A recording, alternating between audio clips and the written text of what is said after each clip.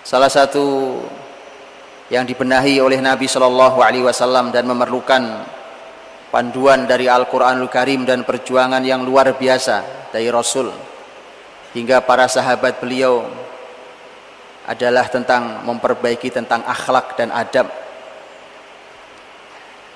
Karenanya Islam ini apapun aktivitasnya, dimanapun muslim beraktivitas dan bergerak, maka dipastikan harus ada akhlak dan adab. Wilayah yang paling ajaib bahkan seperti wilayah peperangan. Bagaimana orang bisa membayangkan ada adab dan akhlak di dunia peperangan, yang terjadi kekacauan luar biasa di tengah peperangan, di tengah desingan peluru, di tengah suara teriakan manusia dan seterusnya, tapi Islam tetap mengajarkan adab dan akhlak di dalamnya. Bagaimana para pengusaha muslim diajarkan oleh Allah dan Rasulnya adab dan akhlak,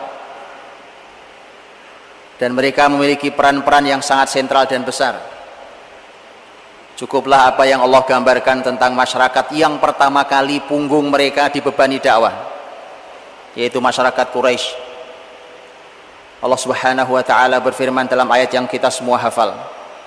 A'udzu billahi minasyaitonir rajim. Bismillahirrahmanirrahim. Li'ilafi Quraisy ilafihim rihlatasy syita'i was-shaif. Rihlah, perjalanan di musim dingin dan musim panas, yang Allah abadikan sebagai kelebihan masyarakat Quraisy, yang semestinya orang-orang Quraisy paham bahwa itu kelebihan mereka, yang dipuji langsung di kitab suci, dan amat langka kitab suci menyebut-nyebut kelebihan sebuah suku. Quraisy disebutkan kelebihannya adalah mereka memiliki kelebihan rihlah di musim dingin dan musim panas, dan para ahli tafsir mengatakan rihlah mereka adalah rihlah perdagangan. Al-Imam Al-Qurtubi rahimahullah ta'ala dalam tafsirnya, ketika beliau menafsirkan ayat yang terakhir di dalam surat Al-Muzammil, di mana Allah Subhanahu wa taala berfirman, "Alima an sayakunu minkum mardha wa akharuna yadribuna fil ardi yabtaghuna min fadlillah wa akharuna yuqatiluna fi sabilillah faqra'u ma tayassara min." Allah tahu sebagian kalian sakit, sebagian kalian sedang mencari keutamaan, mencari rizki yang Allah tebarkan di muka bumi ini, dan sebagian kalian sedang berjihad fisabilillah. Al-Imam Al-Qurtubi rahimahullah ta'ala memberikan tafsirnya. Beliau mengatakan, memberikan komentarnya, lihatlah dalam ayat ini bagaimana Allah mensejajarkan antara mencari rizki yang halal dengan jihad fisabilillah. Karena Allah berfirman, sebagian kalian sedang mencari rizki Allah, keutamaan yang Allah tebarkan di muka bumi, dan sebagian sedang berjihad. Beliau mengatakan, Al-Qurtubi rahimahullah ta'ala mengatakan bahwa begitulah Allah mensejajarkan antara mencari rizki yang halal dengan jihad fisabilillah, karena mencari rizki yang halal memang jihad fisabilillah. Silakan buka dalam tafsirnya. Hadirin dirahmati Allah Subhanahu wa taala. Sebegitu pentingnya tema perdagangan, juga tema mencari rizki yang halal. Para pengusaha muslim di kalangan para sahabat Nabi SAW dididik oleh Allah dan Rasulnya untuk mereka memperbaiki di dunia itu, karena saat itu contohnya adalah dunia pasar. Dunia pasar adalah dunia yang super masalah, sangat masalah di kalangan masyarakat jahiliyah saat itu. Dalam riwayat disampaikan bahwa 3 pasar yang sangat terkenal di kalangan masyarakat jahiliyah Mekah saat itu, pasar Ukad, pasar Majinnah, dan pasar Dzil Majaz. Di 3 pasar ini adalah 3 pasar besar yang sangat ramai, yang di sana tidak hanya orang berjual beli, persis seperti yang kita lihat pada mal-mal hari ini. Pasar tak hanya berfungsi sebagai orang berjual beli, karena bahkan perlombaan syair pun dilakukan di pasar-pasar besar ini. sampai melahirkan sejarah syair yang luar biasa yang dikenal dengan Al-Mu'allaqat As-Sab'ah. Pemenangnya akan digantungkan tulisannya di Ka'bah, di dinding Ka'bah, dan dia pasti akan menjadi orang terkenal dengan syair yang dimenangkannya itu, karena orang berdatangan dari berbagai suku untuk melakukan tawaf di sekeliling Ka'bah. Tetapi pasar-pasar itu adalah pasar-pasar tanpa akhlak. Mereka mencari uang dengan cara apa saja, yang penting mendapatkan uang.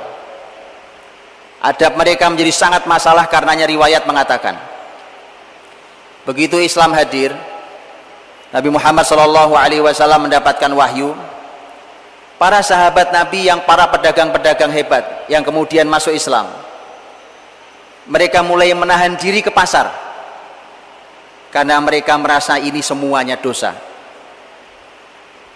Dosa, penuh dengan dosa. Orang mencari harta tidak peduli dengan halal dan haram. Karena sahabat menahan diri karena mereka merasa ini penuh dengan dosa. Sampai Allah Subhanahu wa taala menurunkan bahkan dalam rangkaian ayat-ayat haji dalam surat Al-Baqarah, "Walaisa 'alaikum junahun an tabtaghu fadlan mir rabbikum." Tak masalah buat kalian untuk mencari keutamaan dari rizki Allah Subhanahu wa taala, dari Rabb kalian. Asal kalian jaga, kalian tahu bahwa keutamaan rizki itu dari Allah, maka pasti akan kalian sadari bahwa kalian perlu hanya mencari yang halal saja dan menjauhi yang haram. Kalau itu keadaan Mekah, sama persis dengan keadaan kota Yathrib atau kota Madinah. Karena dalam riwayat disampaikan bahwa Rasul Shallallahu Alaihi Wasallam ketika memasuki Madinah, disebutkan dalam riwayat, kana ahlul Madinah kanu akhbathahum kailan. Masyarakat Madinah itu kalau berjualan paling buruk timbangannya. Itu kenapa kemudian turun surat Al-Mutaffifin, wailul lil mutaffifin alladzina idza iktalu 'alan nasi yastawfun wa idza kaluhum aw wazanuhum yukhsirun.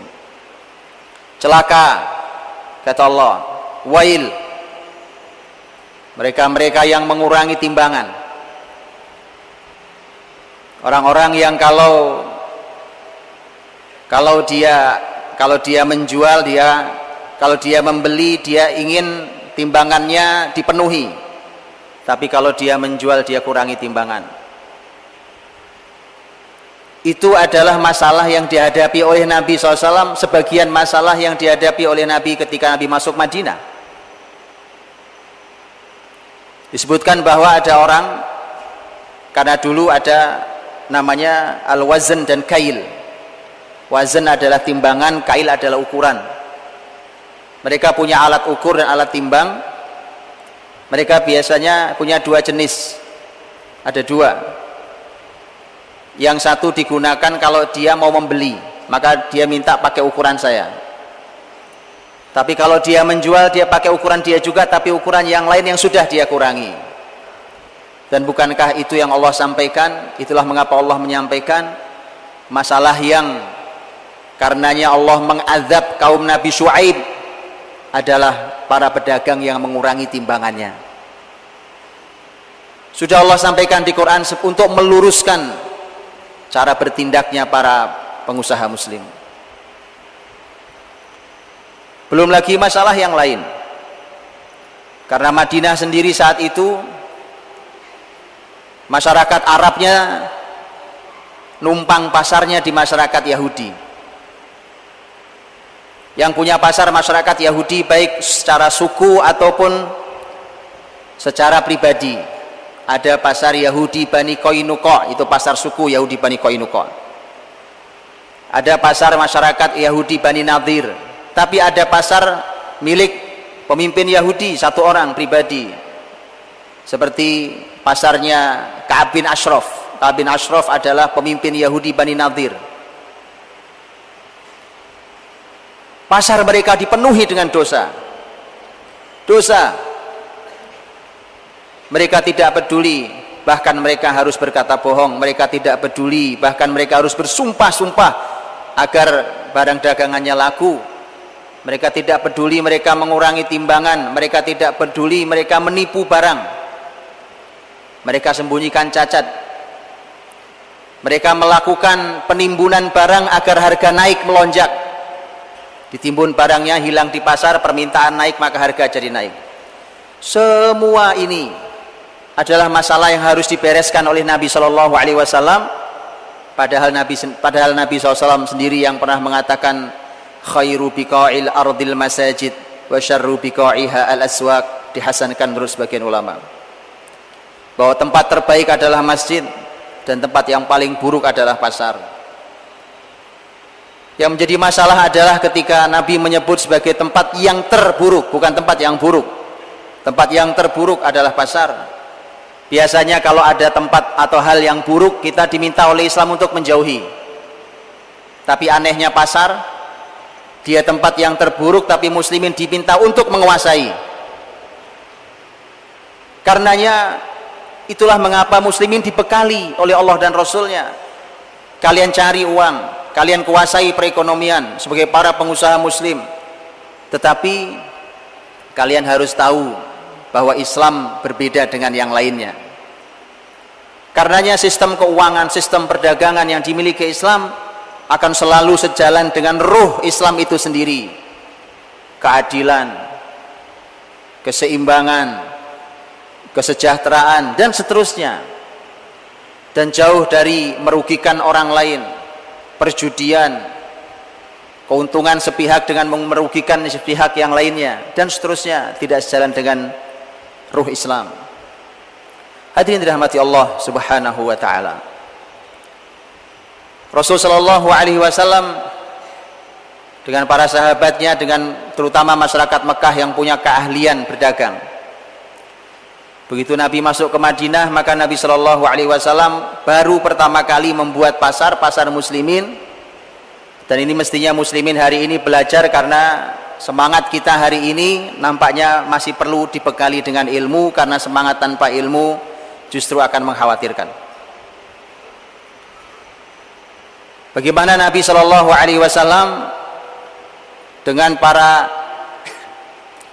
pengusaha muslim saat itu, baik mereka yang punya usaha di pasarnya, ada yang punya usaha di dunia pertaniannya, seperti yang dilakukan oleh masyarakat Madinah.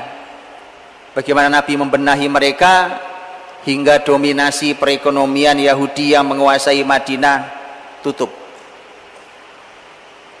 Tak cukup hanya dengan menyediakan tempat kemudian kita berteriak-teriak. Karena ada ilmu, ada strategi, ada urutan. Hadirin dirahmati Allah Subhanahu wa taala. Ada banyak sekali akhlak dan adab yang disampaikan oleh Rasul sallallahu alaihi wasallam, mengingat seperti itulah keadaan seseorang yang diperintahkan untuk berjihad dalam rangka mencari rizki yang halal. Karena rizki yang halal itu akan berdampak positif baik kepada kita, pada keluarga kita, pada masyarakat ini, pada tatanan sosial, pada negeri ini. Tapi jika tidak, sebaliknya akan terjadi, akan kerusakan, kehancuran terjadi pada kita, pada anak-anak kita, pada keluarga, masyarakat, tatanan sosial dan negeri ini. Rasulullah Shallallahu Alaihi Wasallam memberikan bekal-bekal diantaranya. Nabi Shallallahu Alaihi Wasallam beliau menyampaikan umpamanya tentang bahwa pedagang muslim itu sudah dipastikan harus memiliki sifat yang jujur dan amanah. Bahkan Nabi menyampaikan agar kalaupun menjual barang, karena sebagian akhlak ini hadirin, sebagian adab ini kita nanti tidak paham dengan logika pengusaha, tidak masuk dengan logika pengusaha, tapi inilah Islam. Dan jangan salah bahwa di sekeliling Nabi nanti adalah para sahabat yang merupakan para pedagang-pedagang luar biasa, yang mereka mengajarkan pada dunia begini caranya mencari harta itu. Rasul sallallahu alaihi wasallam bersabda, al-bayyani bil khiyari ma lam yatafarraqa. Orang yang berjual beli, penjual dan pembeli, kata Nabi, mereka punya hak khiyar, hak memilih. Apakah harus melanjutkan transaksi ini ataukah tidak jadi. Kedua belah pihak, baik penjual dan pembeli, selama mereka belum berpisah. Dan ini ada pembahasan sendiri dalam ilmu fikih tentang bab al-khiyar. Kata Nabi, fa in sadaqa wa bayyana burika lahuma fi bai'ihima. Kalau keduanya jujur, baik penjual pembeli jujur dan menjelaskan. Apa yang dijelaskan? Jujur dan menjelaskan. Ini saja rumit, walau hari ini alhamdulillah sudah mulai dilakukan. Karena barang yang kita jual mungkin ada cacatnya. Dalam fikih ada pembahasan khusus tentang menjelaskan cacat barang jualan. Silahkan dipelajari. Karenanya hadirin, nanti poin pertama sesungguhnya adalah bahwa kewajiban mereka yang mencari harta supaya halal, mereka harus tahu ilmu halal haram pada pekerjaan yang menghasilkan uang. Dan itu termasuk ilmu yang hukumnya fardu ain. Karena ilmu itu ada macam-macam hukumnya. Ada ilmu yang hukumnya fardu ain, ada yang fardu kifayah, ada yang hukumnya sunnah, ada yang hukumnya bahkan hukumnya haram. Kalau ilmu sihir umpamanya hukumnya haram dipelajari. Tapi ada ilmu yang sifatnya fardu kifayah. Tapi ada ilmu yang hukumnya fardu ain. Bahwa mempelajari ilmu itu adalah kewajiban masing-masing kita, dan kita tidak bisa nanti berkata pada Allah, ya Allah saya tidak mengerti. Karena hukumnya fardu ain. Di antara ilmu fardu ain menurut para ulama adalah mempelajari halal haram pada pekerjaan ya kita yang menghasilkan uang. Makanya menjadi sangat aneh hari ini ketika kita sudah menghasilkan uang sekian banyaknya, baru kemudian kita bertanya ini halal apa haram. Anda sudah menghasilkan uang dan sudah digunakan untuk apa saja, tapi kemudian tidak pernah belajar halal dan haram. Itulah mengapa Umar bin Khattab radhiyallahu anhu disebutkan dalam riwayat, beliau suka membawa cambuk keliling pasar. Kalau dulu Nabi Shallallahu Alaihi Wasallam waktu Nabi masih hidup, Nabi juga keliling pasar. Karenanya nanti seharusnya di pasar Islam, di tempat-tempat bisnis muslimin, semestinya ada fungsi raqabah. Yang fungsi raqabah itu pengawasan. Pengawasan itu bukan pengawasan keamanan, tapi pengawasan dari sisi hukum fikih halal haram. Siapapun yang melakukan transaksi dengan cara yang haram langsung dihentikan. Dan resmi, raqabah itu adalah tugas yang diberikan oleh negara dan dilindungi oleh negara, serta diberikan wewenang oleh negara. Bahkan Umar bin Khattab radhiyallahu anhu ketika menjadi khalifah, beliau mengangkat seorang sahabat wanita yang luar biasa tegasnya, yang bernama Asy-Syifa, yang ditugasi di fungsi raqabah itu oleh Umar radhiyallahu anhu. Umar sendiri suka keliling bawa cambuk. Kemudian beliau selalu mengingatkan di pasar, keliling. Semua tahu ini khalifah dengan ketegasannya, sekarang membawa cambuk pula. Umar itu tanpa cambuk saja menakutkan. Bagaimana dengan cambuknya? Umar katakan, la yabi' fi suqina hadza illa man faqih wa illa akala riba radiya am aba. Tak boleh jualan di pasar ini kecuali yang paham fikih muamalah. Kalau tidak kalian pasti makan riba, baik kalian rela atau terpaksa. Itu aturan negara. Ada lihat bagaimana jauhnya kita yang mengaku muslim hari ini dengan muslimnya para sahabat. Pantas mereka menjadi pemimpin dunia. Dan lihat jauh sistem negaranya. Karena itulah Rasul sallallahu alaihi wasallam termasuk poin-poin kecil detailnya, poin-poin detailnya yang itu dijaga oleh para sahabat. Di antaranya tadi hadis Nabi, kalau mereka fa in shadaqa wa bayyana burika lahuma fi bai'ihima, maka Allah berkahi. Kalau mereka mau jujur, mau menjelaskan, maka transaksi itu diberkahi Allah. Tapi sebaliknya, wa in kadzaba wa katama, kalau mereka bohong dalam jual beli, mereka bohong, penjualnya bohong, pembelinya bohong, mereka dusta dan mereka menyembunyikan, dan mereka berdua menyembunyikan, muhiqat barakatu bai'ihima, maka dihapus berkah jual beli itu. Dalam Islam pembahasan transaksi jual beli saja itu harus menyertakan tema berkah, Pak. Masalah hari ini kata berkah tak pernah kita libatkan. Yang kita libatkan bahkan dalam laporan keuangan hanya masalah untung dan rugi, laba dan rugi. Bagaimana dengan tema keberkahan? Padahal buat Islam, buat seorang mukmin, seorang muslim, begitu dikatakan dihapus keberkahannya, itu kalimat yang menggetarkan seorang muslim, bahwa harta yang kita hasilkan sebanyak-banyaknya ternyata tidak ada berkahnya.